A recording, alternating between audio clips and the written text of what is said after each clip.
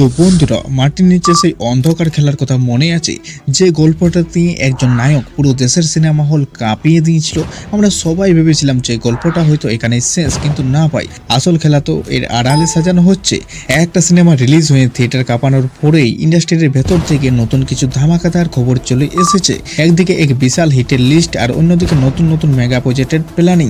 নিশো কি সত্যি তার ক্যারিয়ারের সবচেয়ে বড় চালগুলো চালতে যাচ্ছেন? কি সেই নতুন সিনেমার খবর? সবকিছুই জানবো এই ভিডিওর মাধ্যমে। তো শেষ পর্যন্ত অবশ্যই থাকুন, তাহলে সব জানতে পারবেন।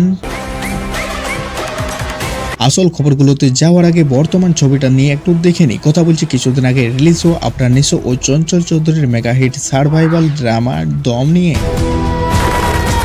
সিনেমাটা রিলিজ হওয়ার পরেই দর্শকরা যেভাবে রেসপন্স করেছে তাতে একটা জিনিস পরিষ্কার, বাংলা সিনেমায় বেঁচে থাকার এরকম লড়াই এর আগে মানুষ এভাবে দেখেনি।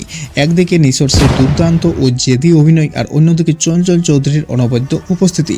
আর দম মুভি সুপারহিট হওয়ার পর তিনি প্রমাণ করে দিয়েছেন তিনি শুধু ট্র্যাডিশনাল হিরো নন, বড় বড় চ্যালেঞ্জিং প্রজেক্টেও তিনি একাই টেনে নিয়ে যেতে পারেন। আর এই সিনেমা রিলিজের পরেই কিন্তু তার পরবর্তী নতুন কাজের প্রতি মানুষের আগ্রহ আরও 10 গুণ বেড়ে গেছে।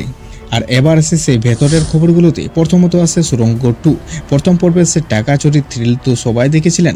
ইন্ডাস্ট্রির গুঞ্জন বলছে যে সুরঙ্গ 2 নিয়ে ভেতরে বড় ধরনের প্ল্যানিং চলছে, যেখানে ক্যানভাস হতে যাচ্ছে আরও বড়। আর শুধু সুরঙ্গই নয়, সোশ্যাল মিডিয়ায় নিশোর আরও একটি আপকামিং সিনেমা নিয়ে তোলপাড় চলছে, যার নাম ফুলসিরাত।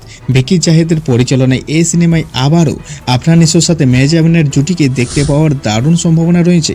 চিন্তা করে দেখুন, একদিকে সুরঙ্গ 2 এর মতো মাস এপেল থ্রিলার, আর অন্যদিকে ফুলসিরাতের মতো টাইট সাইকোলজিক্যাল প্রজেক্ট। দুটো সিনেমা যদি পরপর আসে তবে বক্স অফিসে কি জোর উঠবে তা আলাদা করে বলার দরকারই নেই। একটু ঠান্ডা মাথায় ভাবলেই বুঝবেন যে নিশো খুব বুদ্ধি করে কেরিয়ারের ফাইলি সাজাচ্ছেন। একদিকে দমের মতো সিরিয়াস সার্ভাইভাল সিনেমা দিয়ে তিনি অভিনয়ের দক্ষতা প্রমাণ করলেন, অন্যদিকে সুরঙ্গ 2 ফুলসিরাতের মতো বড় বড় প্রজেক্টের লাইনে রেখে তিনি অডিয়েন্সকে নিজের দিকে আনছেন। তো বন্ধুরা, দম সিনেমাটি আপনাদের কেমন লেগেছে, আর নিশোর আপকামিং প্রজেক্টগুলোর মধ্যে কোনটা দেখার জন্য আপনি সবচেয়ে বেশি এক্সাইটেড, সুরঙ্গ 2 নাকি ফুলসিরাত? তাড়াতাড়ি নিচে কমেন্ট বক্সে জানিয়ে দিন। আর এই ভিডিওটি ভালো লাগলে অবশ্যই একটা লাইক করে চ্যানেলটিকে সাবস্ক্রাইব করে রাখুন এরকম ধামাকাদার ভিডিও পাওয়ার জন্য।